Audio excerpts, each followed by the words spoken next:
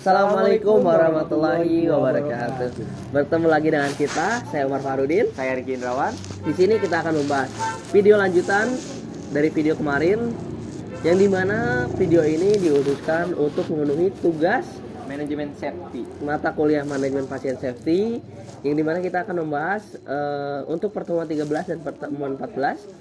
Adapun poinnya yang pertama, ada dua poin. Yang pertama adalah cara mengaplikasikan cara bekerja di ruang isolasi, dan yang kedua yaitu penentuan penandaan lokasi operasi. bagaimana videonya. Kita lanjut atau mau ngobrol dulu? Boleh. Yaudah, yuk kita next aja, lanjut yuk. Siap. Saya kira 2,000 years later. Assalamualaikum warahmatullahi wabarakatuh. Berjumpa lagi bersama saya Riki Indrawan.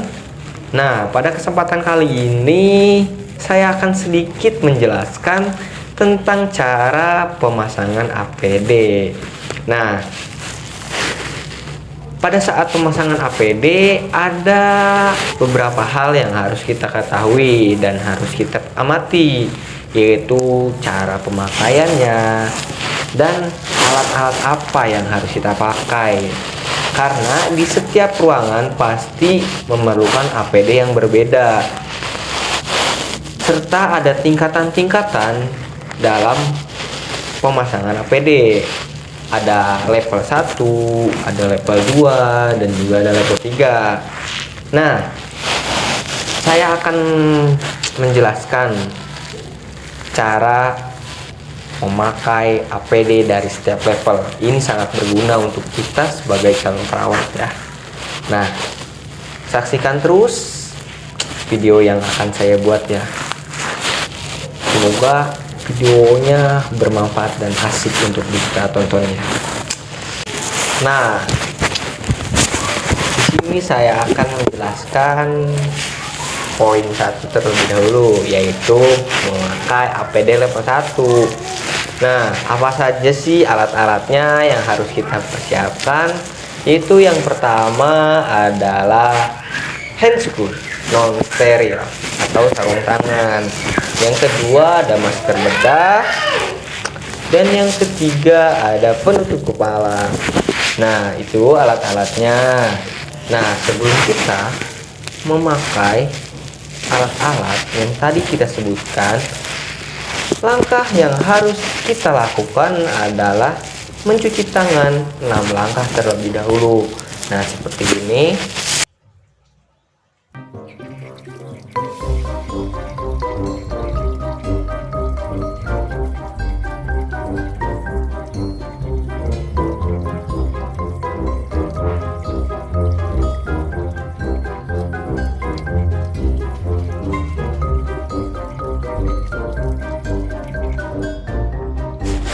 Kemudian setelah kita melakukan cuci tangan 6 langkah dengan benar, langkah selanjutnya yaitu memakai alat-alat yang tadi. Yang pertama yaitu memakai penutup kepala. Yang kedua yaitu memakai masker bedah. Dan yang terakhir kita memakai handscoon non steril.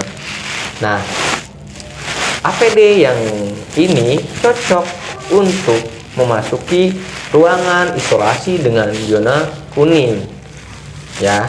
Jadi alat-alat yang tadi kita sudah pakai ini untuk zona kuning ya, ingat, untuk zona kuning. Nah, selanjutnya saya akan menjelaskan cara memakai APD level 2. Nah, apa saja sih alat-alat yang diperlukan untuk level 2 ini?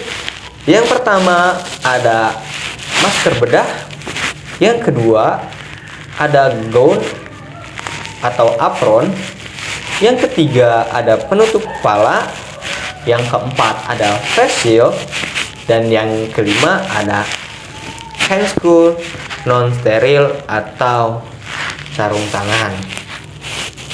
Nah, sebelum kita memakai atau menyentuh alat-alat tersebut, tahapan pertama yang harus kita lakukan yaitu cuci tangan 6 langkah dengan benar.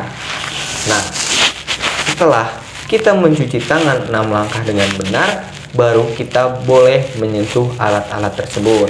Nah, setelah kita mencuci tangan, tahapan pertama dalam pemasangan yaitu memasang masker bedah.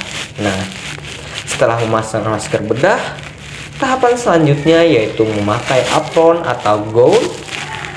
Nah, setelah itu kita memakai penutup kepala untuk laki-laki. Jika wanita tidak memakai hijab, bisa memakai penutup kepala, tapi kalau memakai hijab tidak memakai tutup kepala juga tidak apa-apa. Nah, setelah memakai tutup kepala, selanjutnya memakai face shield, dan yang terakhir memakai sarung tangan non steril atau handscreen. Nah, setelah semua kita pakai, kita bisa memasuki ruangan dengan level atau dengan zona oranye.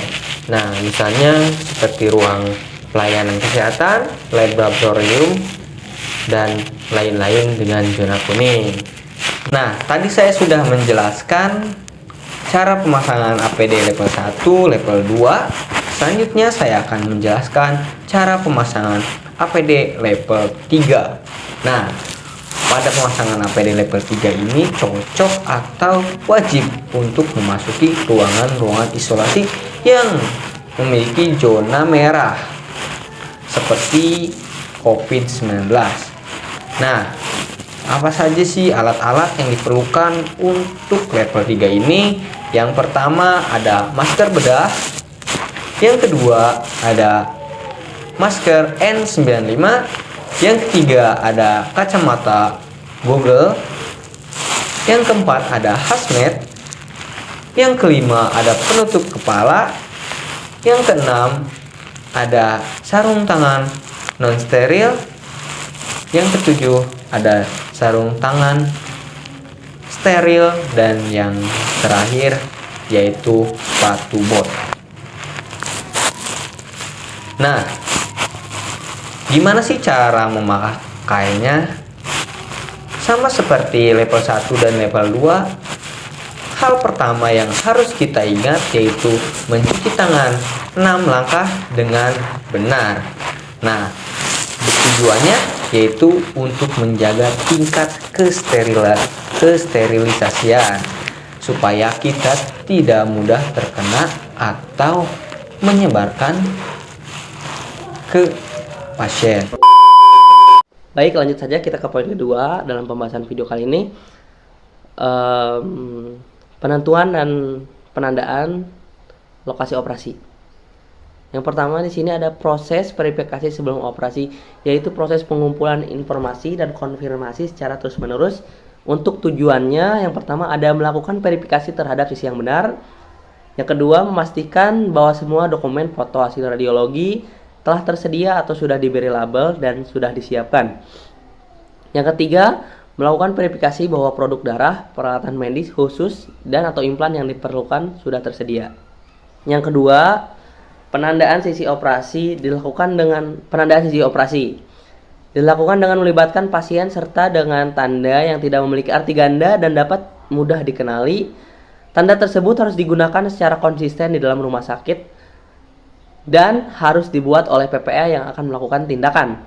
Harus dilakukan saat pasien masih terjaga dan sadar jika memungkinkan. Dan yang ketiga ada time out, dilakukan sesaat sebelum tindakan operasi dimulai dan tentunya dihadiri oleh semua anggota tim yang akan melaksanakan tindakan operasi.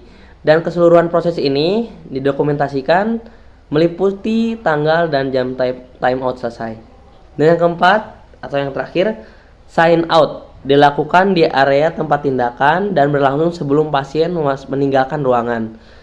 Perawat sebagai anggota tim melakukan konfirmasi secara lisan untuk komponen sign out. Yang adapun komponen sign out sebagai berikut. Yang pertama ada nama tindakan operasi yang dicatat. Yang kedua, kelengkapan perhitungan instrumen, kasa dan jarum. Yang ketiga ada pelabelan spesimen ketika terdapat spesimen selama proses sign out. Label dibacakan dengan jelas meliputi nama pasien dan tanggal lahir. Dan yang keempat ada masalah peralatan yang perlu ditangani bila ada. Baik, terima kasih untuk yang sudah menonton video ini. Semoga video yang kita buat bermanfaat bagi yang menonton. Serta jika ada kesalahan dalam pembuatan video, kami berdua meminta maaf karena kami berdua masih awam pengetahuan dan masih dalam proses pembelajaran. Baik, kita sudahi saja mungkin Mas. Ya, saya Umar Farudin. Dan saya Riki Indrawan. Izin pamit undur diri. Wassalamualaikum warahmatullahi wabarakatuh.